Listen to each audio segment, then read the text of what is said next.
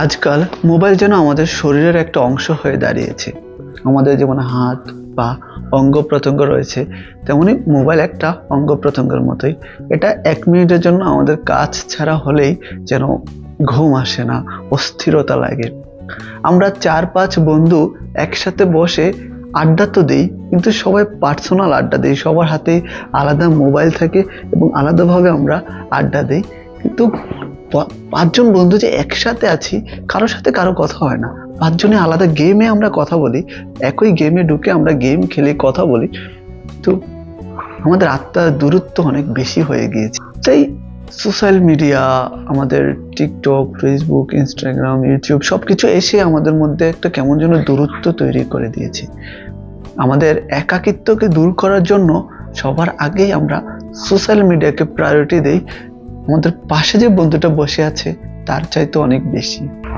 আজকের ঘটনাটি তেমনই একটি ঘটনা। হরিয়ানা প্রদেশের এক মহিলা, যার স্বামী মারা যায়, তারপর তিনি বন্ধু খোঁজার জন্য, ওনার একাকিত্ব দূর করার জন্য তিনি সোশ্যাল মিডিয়ার সহায়তা নেন। বিভিন্ন এক্স, ইনস্টাগ্রাম, ফেসবুকে অ্যাকাউন্ট খুলে এবং সেখানে তিনি বন্ধু খোঁজার চেষ্টা করেন। আর এরই প্রেক্ষিতে তার সাথে একটা প্রতারণা হয়ে যায় প্রায় 2 কোটি টাকার। মহিলার বয়স ছিল 61, তার ওই ছেলের বয়সী 25 বছর বয়সী এক যুবকের সাথে তার প্রেম হয় এবং যার ফলে তিনি স্ক্যাম হয়ে যান। আসসালামু আলাইকুম বন্ধুরা, কেমন আছেন সবাই? আশা করি অনেক ভালো আছেন। আমি মোহাম্মদ ওয়াইসরকার আছি আপনাদের সাথে। আজকের যে সত্য ঘটনাটি আমি আপনাদেরকে শোনাবো তা হচ্ছে হরিয়ানা প্রদেশের একটা শহর হচ্ছে গুরুগ্রাম, যা দিল্লির খুব কাছাকাছি। এই শহরের এক মহিলা ছিল, যার ছিল 2 মেয়ে এবং 1 ছেলে। তারা সবাই মোটামুটি শিক্ষিত এবং ধনী ছিল। মহিলা নিজেও অবসরপ্রাপ্ত এবং তার অনেক টাকা রয়েছে, এবং মহিলার যে ছেলে সেও একজন সফটওয়্যার ইঞ্জিনিয়ার, এবং মহিলার যে 2 মেয়ে, এক মেয়ে হচ্ছে একজন বিজনেস ওম্যান এবং অন্য মেয়ে হচ্ছে একজন রিসার্চার। তো মোটামুটি বলা চলে তারা বেশ সম্ভ্রান্ত পরিবারের, সবাই খানদানি এবং তাদের বেশ টাকা পয়সা আছে। তিনি গুরুগ্রামের সেক্টর 86-তে থাকেন। তার নাম আদিতি চোপড়া। তার স্বামী মূলত 2017 সালে মারা যায়। স্বামী মারা যাওয়ার পর তিনি একাকিত্বে ভুগতে থাকেন। আর এই ঘটনার শুরু হয় ডিসেম্বর 2022 সালে। তিনি ইনস্টাগ্রামে একটা বন্ধু রিকোয়েস্ট পান, ফ্রেন্ড রিকোয়েস্ট পান ইনস্টাগ্রামে। অ্যালেক্স নামে একটা ব্রিটিশ পাইলট তাকে ফ্রেন্ড রিকোয়েস্ট পাঠায়। সে নিজেকে ব্রিটিশ পাইলট হিসেবে পরিচয় দেয়, অ্যালেক্স নামের ছেলেটি। এবং মহিলা স্বভাবতই 61 বয়সের বৃদ্ধ মহিলা ছিল। তিনি খুব ইয়াং যুবক একটি ছেলের কাছ থেকে ফ্রেন্ড রিকোয়েস্ট পায় এবং অ্যাপ্রিসিয়েশন পায়।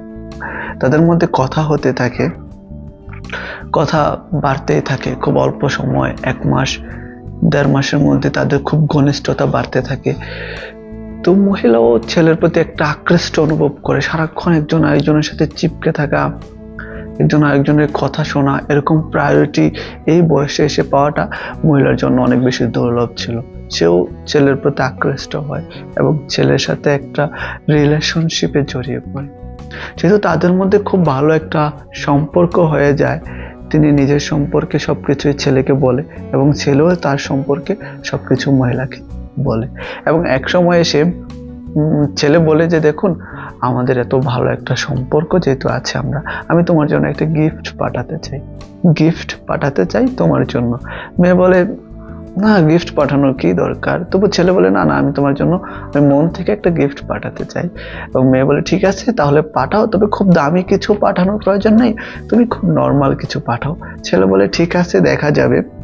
তো সে পাইলট পরিচয় দেওয়া অ্যালেক্স নামের ছেলেটি 5 ডিসেম্বর মেয়ের জন্য গিফট পাঠায়, ওই মহিলার জন্য মূলত গিফট পাঠায় আদিতি চোপড়া। 5 ডিসেম্বর 2022 মহিলার কাছে, আদিতি চোপড়ার কাছে একটা কল আসে যে, হ্যাঁ, আমরা ইন্দিরা গান্ধী এয়ারপোর্ট থেকে বলতেছি, আমাদের কাছে একটা কাস্টমস থেকে বলতেছি, আমরা কাস্টমস থেকে বলতেছি, আমাদের কাছে আপনার নামে একটা পার্সেল আসছে, শিপিং আসছে, যেটা আপনাকে রিসিভ করতে হবে এবং আপনি আসুন। যাওয়ার পর মহিলাকে বলে যে আপনাকে এটা রিসিভ করার জন্য, মানে যায় নাই, বলে যে আপনার এটা আমাদের কাছে একটা পার্সেল আসছে, এটা আপনাকে আপনার ঠিকানা আমরা পাঠিয়ে দিব, কিন্তু এটা আপনাকে রিসিভ করার জন্য 35,000 রুপি লাগবে। বলে কি এমন পার্সেল আসছে যে সেটা রিসিভ করতেই 35,000 রুপি লাগবে? সেটা মোটামুটি খুব ভালো অ্যামাউন্টের একটা রুপি। তো কাস্টমসের ওরা মহিলাকে অনেক দাম দেয়, বলে যে ও মাই গড, মনে হচ্ছে আপনি হয়তো আপনার কোনো আইডিয়াই নাই যে আপনার জন্য কি পাঠিয়েছে, কত মূল্যবান জিনিস পাঠিয়েছে, আপনার কোনো আইডিয়াই নেই। 35,000 টাকা তো কিছুই না। আপনি কিভাবে এমন একজন ধনী ব্যক্তির সাথে, এমন একজন রিচ ব্যক্তির সাথে আপনি কিভাবে পরিচিত হয়েছেন? মহিলাকে খুবই পাম দেয় এবং মহিলাও এটাতে গলে যায় এবং ভাবে যে আসলেই সে তো নিজেকে ব্রিটিশ পাইলট পরিচয় দিয়েছে, সে নিশ্চয়ই দামি কিছু পাঠিয়েছে, আমি 35,000 রুপি আমি দিয়ে দিই।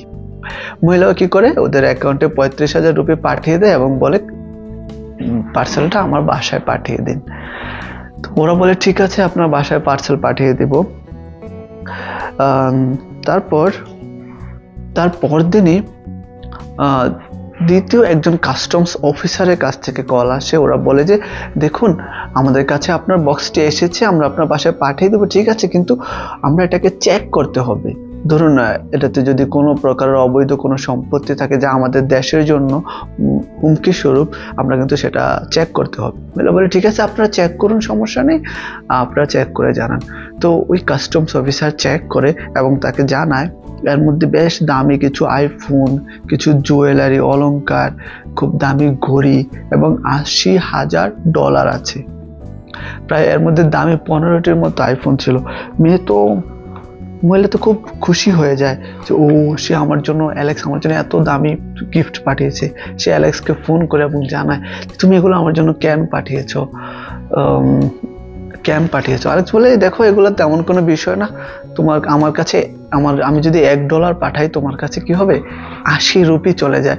তো তোমার সবকিছু মিলে আমার কাছে খুব অল্প টাকায়, বাট তোমার কাছে হয়তো এটা অনেক বেশি। আর ওরা যা বলে তুমি তাই শোনো, সমস্যা নেই, পার্সেলগুলো রিসিভ করো, তোমার জন্য ভালো হবে। তো কাস্টমস অফিসার মেয়েকে বলে যে দেখুন, যেহেতু এত দামি জিনিসপত্র আপনার কাছে এসেছে, এগুলা কাস্টম সার্ভিস আপনাকে দিতে হবে, এগুলো এইভাবে আপনি রিসিভ করতে পারবেন না, এগুলা সরকারকে ট্যাক্স দিতে হবে। তো ট্যাক্স স্বরূপ আপনাকে 1 লাখ রুপি দিতে হবে, 1 লক্ষ রুপি দিতে হবে আপনাকে ট্যাক্স। তো মহিলা ভাবে যে $80,000, 15টা আইফোন, জুয়েলারি, ঘড়ি, এগুলো তো অনেক টাকার মালামাল। তো এক্ষেত্রে 1 লাখ রুপি আর তেমন কি, মহিলা 1 লাখ রুপি পাঠিয়ে দেয়। পাঠানোর পর মহিলার কাছে আবার ফোন আসে, বলে যে আপনি যে রুপি পাঠিয়েছেন, আপনি যে টাকা পাঠিয়েছেন সেটা তো ভুল নম্বরে চলে গিয়েছে, আপনি দয়া করে আমি আপনাকে একটা নম্বর দিচ্ছি, আর 1 লক্ষ টাকা না, আপনি মূলত 95,000 রুপি পাঠান, তাহলেই হয়ে যাবে। তো মহিলা বলতেছে যেহেতু প্রথমে 35,000 রুপি দিয়ে দিয়েছি, তারপর 1 লক্ষ টাকাও দিয়ে দিয়েছি, আর 95,000 টাকা এমনকি, যেহেতু আমি খুব 80 লক্ষ টাকা বা এর চাইতে দামি কোনো জিনিস আমার এটাতে আছে, তো আমি এটা রিসিভ করি এবং আমি আমার ছেলে মেয়েদেরকেও সারপ্রাইজ করব। আমি মেয়েকেও একটা আইফোন দিয়ে দিব, ছেলেকে দিয়ে দিব, তাদেরকে সারপ্রাইজ করব এবং অ্যালেক্সের কথা বলবো যে হ্যাঁ, আমার একজন অনলাইন ফ্রেন্ড আছে যে আমার জন্য এই দামি গিফটগুলো পাঠিয়েছে। মহিলা তো ভিতরে তিনি খুব এক্সাইটেড ছিলেন এবং খুবই হ্যাপি ছিলেন, খুবই আনন্দিত ছিলেন। তিনি খুবই মনে হচ্ছে যে একটা চেরাগ পেয়ে গিয়েছেন, আলাদিনের চেরাগ, যেটা ঘষা দিলেই তার সকল ইচ্ছা পূরণ হয়ে যাবে।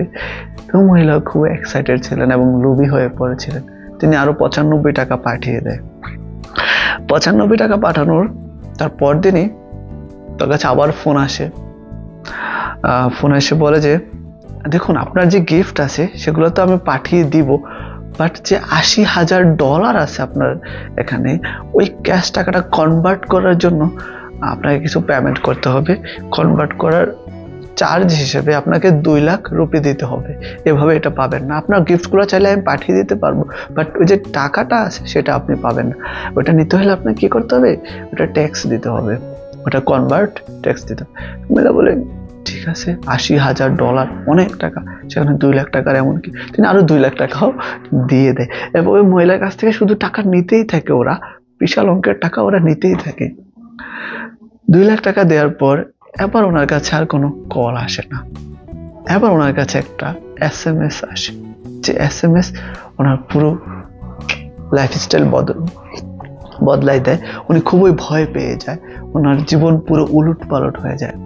SMS-টা এসেছিল মূলত সাইবার ক্রাইম থেকে, এবং ওনাকে বলে আপনি যার সাথে যোগাযোগ করেছেন এবং যে আপনাকে এই পার্সেলটা পাঠিয়েছে সে মূলত একজন আতঙ্কবাদী, একজন সন্ত্রাস, যাকে খুঁজতেছে দীর্ঘদিন ধরে। ইন্ডিয়ান ইন্টেলিজেন্ট দীর্ঘদিন ধরে তাকে খুঁজতেছিল, এবং অবশেষে আপনার সাথে তার লিঙ্ক আপ পাওয়া গিয়েছে, যেখানে সে আপনাকে একটা পার্সেল পাঠিয়েছে। আপনার পুরো পরিবার এখন ধ্বংস হয়ে যাবে, আমরা চারিদিক থেকে আপনাকে ঘেরাও করে ফেলেছি। মহিলা তো খুবই কান্নাকাটি শুরু করে, এটা থেকে বাঁচার জন্য কিভাবে আমি বাঁচবো, আমাকে প্লিজ বলে দিন। ওরা বলে দেখুন, এটা থেকে বাঁচা এতটা তো সহজ না, তবে আপনি আমাদেরকে কিছু টাকা পাঠান, আমরা দেখি আপনাকে বাঁচানো যায় কিনা। এবার ওরা টাকাটা মূলত ইন্ডিয়ান রুপিতে নয়, ওরা ডলারে চার্জ করতে থাকে। যেমন হ্যাঁ, ওরা একটা নম্বর দিয়ে বলে এখানে $5,000 পাঠান, ওখানে $2,000 পাঠান, ওখানে $10,000 পাঠান। এর মধ্যে কি করে দৈনিক নতুন নতুন নম্বর থেকে, কখনো ইন্ডিয়ান কখনো সাইবার ক্রাইম, কখনো বুলেটিন, বিভিন্ন সন্ত্রাস বিরোধী সংগঠন, এভাবে 10 থেকে 12টা দেশ থেকে ওনার কাছে ফোন আসে এবং ওনার কাছ থেকে ডলার চাওয়া শুরু করে। তিনি 35 লক্ষ টাকা নিজের জমানো সব টাকা উনি দিয়ে দিয়েছেন, এবং আত্মীয় স্বজনদের কাছ থেকে আরো 25 লক্ষ টাকা ধার করে এনেও উনি সবটাই দিয়ে দিয়েছেন। এত ক্ষান্ত হননি। তারপর ওনার একটা ফ্ল্যাট ছিল, ওটা 50 লক্ষ টাকা বিক্রি করে দেয়। ওই 50 লক্ষ টাকা উনি ধীরে ধীরে ওদেরকে দিয়ে দেন। প্রতি 7 দিন 5 দিন পর পর ওনার কাছে ফোন আসে এবং উনি বিভিন্ন নম্বর টাকা দিতেই থাকেন। প্রায় 1,10,15,000 1,10,15,000 টাকা দিয়ে দেন। তারপর ওনার প্রায় সব টাকা শেষ হয়ে যায় মোটামুটি। এবার উনি কিভাবে টাকা দেবেন? তবু ওনার কাছে আসতে থাকে, বলে যে টাকা না দিলে তোমার যে ছেলে আছে, তোমার যে 2 মেয়ে আছে, ওদের কাউকে আমরা ছাড়বো না এবং তোমার পরিবার আমি পুরো তছনছ করে দেব। মহিলা ওনার ছেলের সাথে একটা জয়েন্ট অ্যাকাউন্ট ছিল, ওই জয়েন্ট অ্যাকাউন্ট থেকে উনি বিশাল অঙ্কের একটা অ্যামাউন্ট ট্রান্সফার করে। তখন সর্বপ্রথম, এতদিন শুধু তিনি নিজে জানতেন যে হ্যাঁ উনি টাকা দিচ্ছেন, উনি ওনার ডিপিএস সব ভেঙে সব টাকা দিয়ে দেন, এতদিন এই ঘটনাটা উনি কাউকে বলেন। কিন্তু এই সর্বপ্রথম যখন উনি জয়েন্ট অ্যাকাউন্ট থেকে টাকা ট্রান্সফার করে, একটা SMS ওনার ছেলের কাছেও চলে যায়। এই সর্বপ্রথম ওনার ছেলে জানতে পারে যে ওনার মা এত বিশাল অঙ্কের একটা অ্যামাউন্ট কোথাও ট্রান্সফার করেছে, এবং তিনি তার মাকে ফোন করে, মা তুমি এত বড় অ্যামাউন্টের টাকা দিয়ে কি করেছো, তুমি কি করেছো আমাকে একটু বলো। আর তখন মূলত তিনি ভেঙে পড়েন এবং তিনি ওনার ছেলেকে বলেন যে দেখো বাবা, তোমাদেরকে বাঁচানোর জন্যই আমি সব কিছু করছি, তোমাদের ভালোর জন্যই, তোমাকে এবং তোমার বোনদের বাঁচানোর জন্য, আমার পরিবারকে বাঁচানোর জন্য আমাকে এটা করতে হয়েছে, আমার কাছে আর কোনো উপায় নেই। তিনি সব ঘটনা ওনার ছেলেকে ভেঙে বলেন, ওনার মেয়েরাও আসে, সবাইকে ভেঙে বলেন, এবং সবাই একসাথে বসে সিদ্ধান্ত নেয় যে মা অবশ্যই এই বিষয়টা না আমাদের পুলিশের সাথে কথা বলা প্রয়োজন, কারণ যেহেতু আমরা বিষয়টা জানি না আদৌ সত্য নাকি মিথ্যা, এবং সত্য হয়ে থাকলেও এটা আমাদের জন্য অনেক বেশি রিস্কি, আমাদের সবার জীবনেই হুমকির মুখে আছে। তারা সবাই তার মাকে অনেক বুঝায় শুনে নিয়ে যায়। তো মহিলা তখনও খুব কনফিউজ ছিল, বলতেছিল যে আমার আত্মসম্মান কি হবে, মানুষ জানলে কি হবে, বা পুলিশের কাছে বা আমি কি বলবো, আমি 61 বছর বয়সে একটা মহিলা 25 বছরের একটা ছেলের সাথে এভাবে কথা বলেছি, কি কথা বলেছি। তবুও ওনার ছেলেমেয়েরা ওনাকে বুঝিয়ে সাইবার ক্রাইমে নিয়ে যায়, দিল্লি সাইবার ক্রাইমে, এবং ওরা বিষয়টা বুঝতে পারে যে মহিলার সাথে একটা ক্রাইম হয়েছে। তারও 1 মাস পরে সোশ্যাল মিডিয়া এবং পত্রিকায় এই বিষয়টা নিয়ে নিউজ হয় এবং সবাই জানতে পারে কিভাবে একটি ধনী মহিলাকে স্ক্যাম করা হয়েছে, এবং তার কাছ থেকে সর্বমোট 1,95,00,000 টাকা স্ক্যাম করা হয়েছে। তিনি প্রায় 2 কোটি টাকা দিয়েছিলেন ওই অ্যালেক্স নামে ব্রিটিশ পাইলটকে, এবং অবশ্যই সে ব্রিটিশ পাইলট ছিল না, তার নামও অ্যালেক্স ছিল না, সে মূলত একজন ইন্ডিয়ান লোকই ছিল, ইন্ডিয়ান স্ক্যামার ছিল, যে মহিলার সাথে এভাবে ভুল পরিচয় দিয়ে স্ক্যাম করেছে। আর আজকের ঘটনা থেকে অবশ্যই আপনাদের এটা শিক্ষণীয় বিষয় ছিল, আপনারা অবশ্যই সাবধানে থাকবেন, কারোর সাথে বন্ধু বানাতে বা কেউ কোনো কিছু অফার করলে, গিফট পাঠাতে চাইলে এসব বিষয়ে সাবধানে থাকবেন। কোনো লেনদেন অবশ্যই করবেন না এরকম কোনো অপরিচিত বন্ধুর সাথে। তো বন্ধুরা, সবাইকে অনেক অনেক ধন্যবাদ আজকে এতক্ষণ পর্যন্ত আমার সাথে থাকার জন্য এবং এই ঘটনাটি শোনার জন্য। এবং এই ঘটনাটি শোনানোর পিছনে আমার এমন কোনো উদ্দেশ্য ছিল না কাউকে আঘাত করা, কাউকে কষ্ট দেওয়া। আমার মূল উদ্দেশ্য ছিল আপনাদের শিক্ষামূলক কিছু বার্তা দেয়া, আপনাদেরকে সচেতন করা যেন এরকম কোনো ঘটনায় আপনার পরিবার অথবা আপনি কষ্ট না পান। তো এজন্য সবাইকে অনেক অনেক ধন্যবাদ। সবাই সাথেই থাকবেন এবং পরবর্তী আমার ভিডিওটি পাওয়ার জন্য অবশ্যই আমার চ্যানেলটিকে সাবস্ক্রাইব করে রাখুন, আপনাদের বন্ধুদের সাথে শেয়ার করে দিন। সবাইকে অনেক অনেক ধন্যবাদ। সবাই অনেক ভালো থাকবেন। আসসালামু আলাইকুম।